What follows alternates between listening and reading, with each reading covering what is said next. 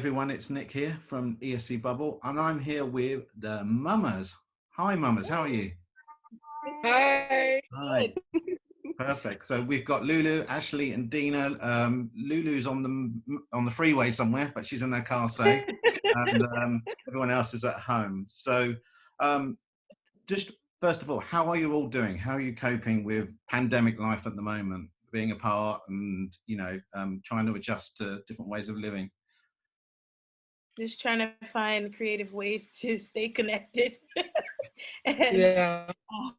it's hard. It's harder than I thought it would be, but I think we're so blessed because we're in the era where we have social media and we have FaceTime, so we can always stay connected. But personally, it's been a little bit difficult being away from my family because nobody in my family is here in Stockholm, but I have the mamas and I have our management who's always like checking up on me and making sure I'm good. So it's a tragic time, but there are gleams of light, in everything. And this is one of those things. We just have to stay positive. So, yeah. Yeah, definitely. Really got to be positive at this stage. Dina and Loulou, are you coping okay? I'm good. I mean, I got kids, so I don't have time. It's not free time. It's but I'm just trying to be creative because that keeps my mind on good stuff instead of the bad. Definitely. And you, Dina? Yeah, my kids, there's never a boring second in this house. And we were joking like how no matter how talented your kids are, how perfect you think they are, they slowly get on your nerves after like a month in the same house. Like I've heard all the songs, I've seen all the dances, and I love them, but we're blessed, of course. I could not imagine having to be all by myself all the time. So yeah, also thinking about everyone that we can't see, elderly people in our families or friends far away. So we're blessed to have social media and to connect in this way that we're now. Yeah, definitely. With social media, it's so much easier to be connected, and you're with your children, and they're safe. So obviously, that's the main thing. So let's go back in time a little bit. I'm going to ask you all individually, just a bit about, so we can get to know you a bit better. So I'll ask Loulou first because her background is, I love watching her sat there in the car. So Loulou, most of what we know about you is your time on Idol. What did you do before Idol? Were you a singing family? Did you grow up with music? I've been singing my whole life. Not that I really have it from my family, but I've always known that music was my thing. So I always been singing, and have been in different bands, and writing music with people, and enjoying life. and then came Idol. And and after that I took a little pause. And worked with something other than music, where I didn't have to feel stressed. But then again, I can't let go of music, so I jumped on music to get again. I read, I don't know whether it's if you still do or it was in the past, but you lived on a farm with 40 chickens. Is that right? Yeah. That was just before Idol. I moved out to the countryside. I bought like a little house, and I had so many chickens. I bought, like, I had a lot of sheep and pigs, and I just tried like farmer life for a while, and it was really fun, and I can miss it, but now I don't have time. You were on Amazing Year of Idol. You had Robin Benson and Anna Berrendale, who both been in Melodifestivalen with this year. Do you keep in contact Yeah. with people afterwards, or do you just happen to bump into them at each time you enter a competition? It was a big age difference. So for me and them, they were kids and I was a grown up. So, I mean, of course, social media, I follow them and I will write, small stuff. But now as grown ups, it's a different thing because now we can talk about the same stuff. Have kind of the same mindset. But yeah, so I keep tabs on them, just checking up. I want to know how they do and stuff. Mm-hmm.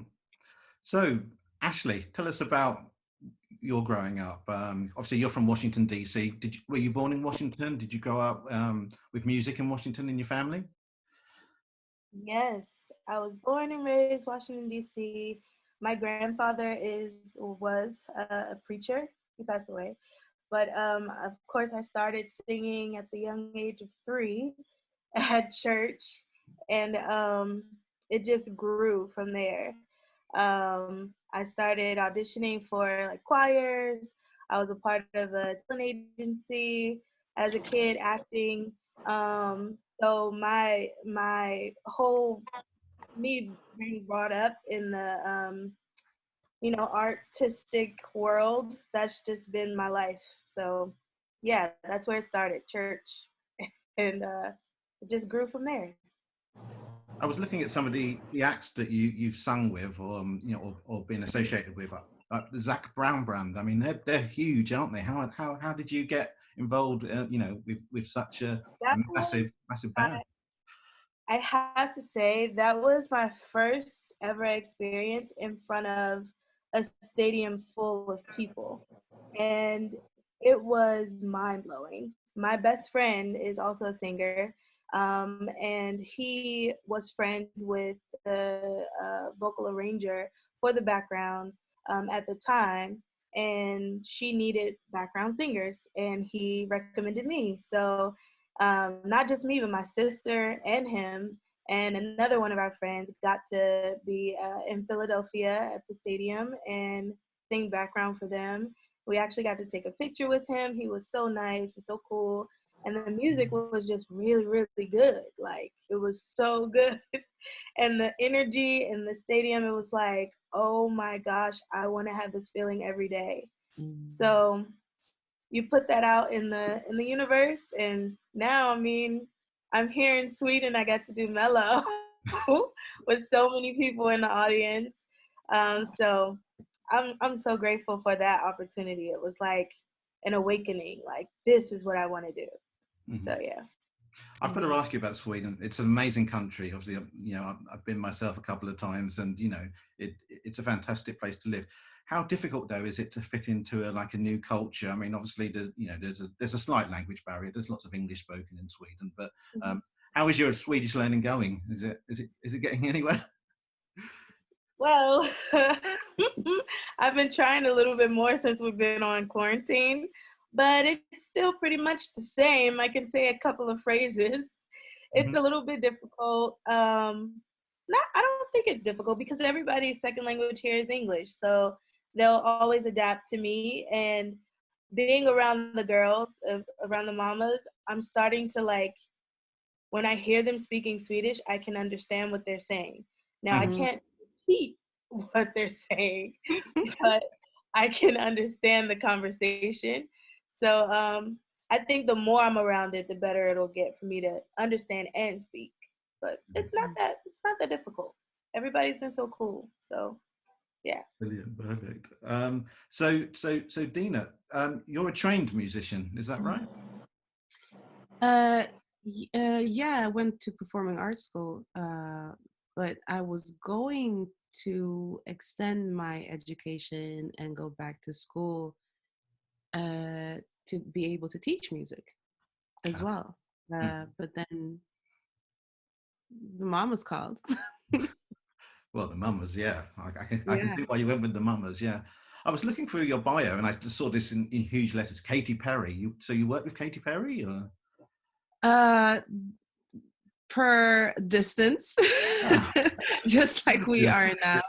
I did backing vocals on one of her songs, Walking on Air, and which she wrote with a Swedish songwriter. So he was based here, and that's fun to have done.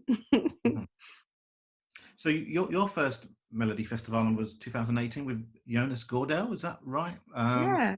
Yeah. How did that how different is the experience from, say, going from, you know, working with him to then working with John, going to Eurovision and now being the Mamas? For all of you, you know, how different is this year from last year?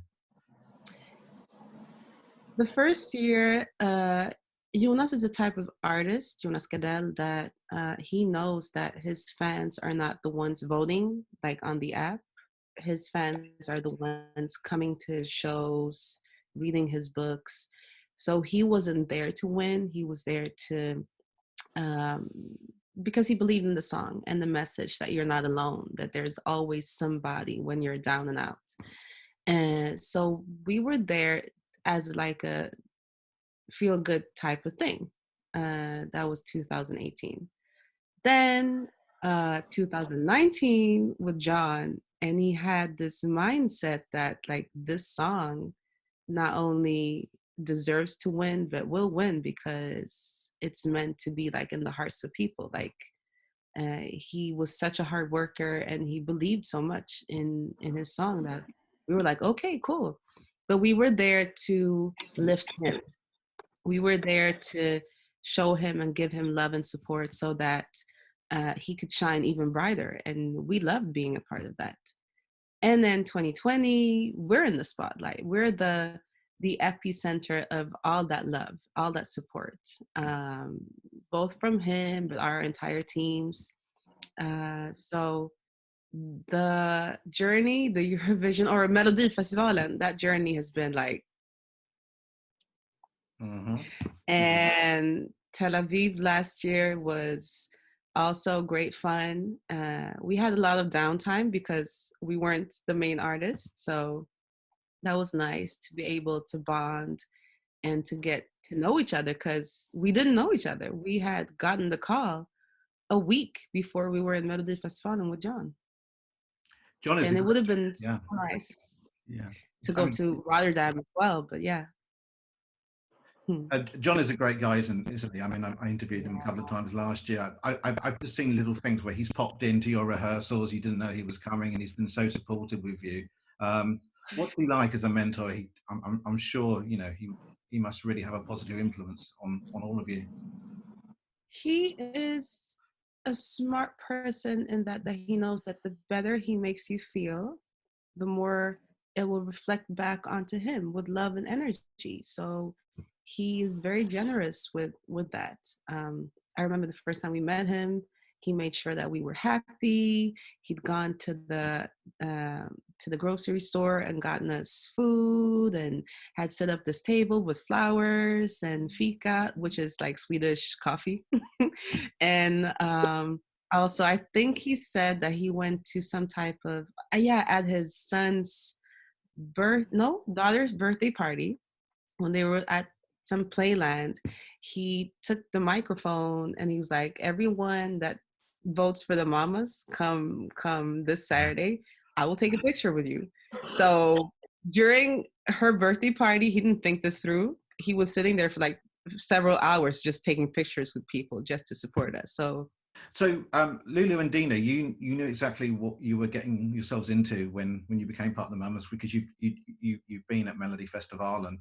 Ash, when you got a call saying, would you like to come over to Sweden and take part in a music competition, what was your first reaction? I was working my regular job and I really didn't get it. Like everything was such a rush. I didn't even listen to the song before I got to Sweden. Wow. So I didn't know anything about the competition. I didn't know what to expect. When you first met Dinah and Ash, how did you connect straight away? Was it an immediate thing, or did you know, because you seem like family to me, like sisters? Oh, yeah. I met Ash in the lobby of the hotel. I knew that she was gonna come, and so we met up, and we just had a connection. Like the first moment, I just liked her. It was yeah, a special person. And yeah. So we got to hang out a bit, and then when we went to rehearsal, we met with Dinah, and at that time Paris and John, and we had so much fun. I mean, we didn't know each other, we just had good vibes and good energy, and we all just, our voices just were so good together. Everything just worked. It was amazing. When John was so happy too. when you decided to come back and do Melodifestivalen again, how many songs do you need to listen to before you decide on, I want to go with this, or we want to go with this one? Because I imagine you get sent a lot of songs. Yep.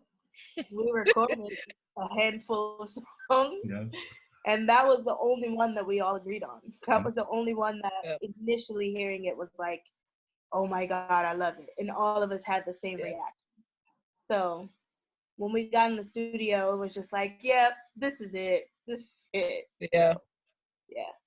It was emotional. And they were, I'm emotional, so of course I cried. But it's not that all the other songs were bad. It's just that we're very different in our styles and what we like. So of course it would be hard to get all three to like exactly the same thing in every song. But Move made us move. Yep. Yeah. Eurovision has a lot of different styles. So obviously, there's pop music. There you can have rock, everything, rap, everything. What you offer is a very distinct. It has soul undertones, gospel, but it's very pop as well. Obviously, John did well last year, and then the year before that, there was a song from Austria that did really well. What do you think it is about soul and gospel music that has a wide appeal for people in Europe? I think it's the way that it makes you feel. It hits you in your soul. It hits you. It makes you think, depending on what you're singing about. But I think it's the sound, it's the lyrics, it's the feeling that you get. I don't know. I don't know if it's something that everybody has, or so it's like when you do hear it, it's like, oh, I love this. It affects people. It affects me. So and usually it's happy. Yeah, it's happy. And when you're singing something that's happy and you're feeling it, it's gonna rub off. So I think that's what it is. When you are happy and you're singing that kind of soul type, gut wrenching like music, it's sure to just get to everybody. So yeah. Now, some potentially exciting news. I was having a look through your TV interviews on Swedish TV this week, and I saw a banner on one that said "new single in May." Is that correct? Have you got something new coming for us? Yes. Tell us a bit about it. The new song, it's called "Let It Be," and it's perfect for the time that we're in now. The basis of the song is just letting it be. There's absolutely nothing we can do to change this virus, this COVID-19, to change what's happening right now. So we just have to let it be, and we have to think positive, and still, just like Move, our single Move, we have to lift each other up, and just stay positive. For me, it feels more like a club song. Okay. Or a dance, more of a dance song, and also like Move 2.0, kind of. It's still about love. It's still about unity, and yeah. It sounds exciting. I can't wait to hear it. Yeah, if we can go to a club, we can definitely hear it at some point. It's a really good song. Yeah. Yeah. Now, I also know that you've got you're going to be doing like a Christmas tour, Christmas concert coming up. Now there'll be people all over Europe wondering how do we get to see the Mamas at Christmas? What have you got lined up for us? So just like last year, we had a Christmas concert. Yeah. This year we're having a Christmas concert again, and of course we're gonna spice it up a bit more than last year. But you're definitely in for a treat. The tickets are definitely on sale now, but it's gonna be so much fun. It's gonna be a night to remember. Yeah. So some singing, yeah. possibly some acting, some dancing, an amazing band. It's gonna be great. It's gonna be amazing. I'm so excited for that. I'm so excited for We're taking the best parts from last year. Yeah. And up it. Yeah.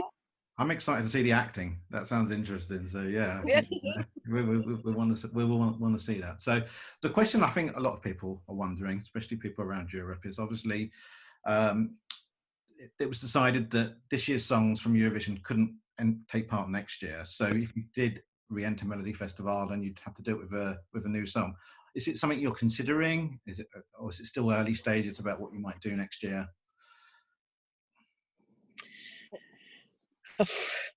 I mean, we need to find a song that is so much better than Move. Because you don't want to do the same thing twice. Sure. So, and plus, for me, it's kind of, I mean, I would love to be in Melodifestivalen again. I don't know if I would like to go next year, if it's too close. But, I mean, I would still love it because it's a really fun thing to do. I feel like I haven't gotten over this relationship quite yet. 2020, before I start looking for 2021, or looking forward to that. When we did 2020, we did it because we had the right song, and we felt that that song had to be heard, and that it would touch a lot of people like it touched us. And if that opportunity would ever present itself, whether in 2021 or later than that, it's a big decision, and I can understand why you want to take some time and process what you did this year. The important thing is you won 2 years in a row, and if you came back for the hat trick, that could be amazing as well. So that'd be something to do. Nobody's ever won Melodifestivalen 3 times in a row, so there's a challenge that you might want to think about. But yeah, but whatever you do, the important thing is that we want to support the Mamas. Everybody should stream, watch your performances. We're looking forward to Let It Be so much. Before we go, is there anything you want to say to all of the new fans you've gained around Europe, and a message for them, to keep positive at this time? Thank you so much for all of your love, all of the joy and the kindness that you've given us on social media. I think that this time is so crazy right now, but it's a good time for us to decompress from the years before, and also to realize that we're very important, and we are one. We're all going through this together. You know what I mean? We do have to stay positive, and just know that the Mamas always showing you guys love, always gonna love you, and keep it going. Keep the love coming. What she said. What she said, yeah. Okay, perfect. Okay, well, thank you all for joining us today. Loulou, get back on your journey and hope you arrive safely wherever you're going. And I'm trying to get home. we'll let you get home. And thank you so much, Nick. The connection is still kind of like this, but thank you so much for having us. That's perfect. And ESCBubble, we're very honoured to have you all with us today. So take care of yourselves. Keep safe, and hopefully we'll see you soon. Yes. Thank you for having us. Bye.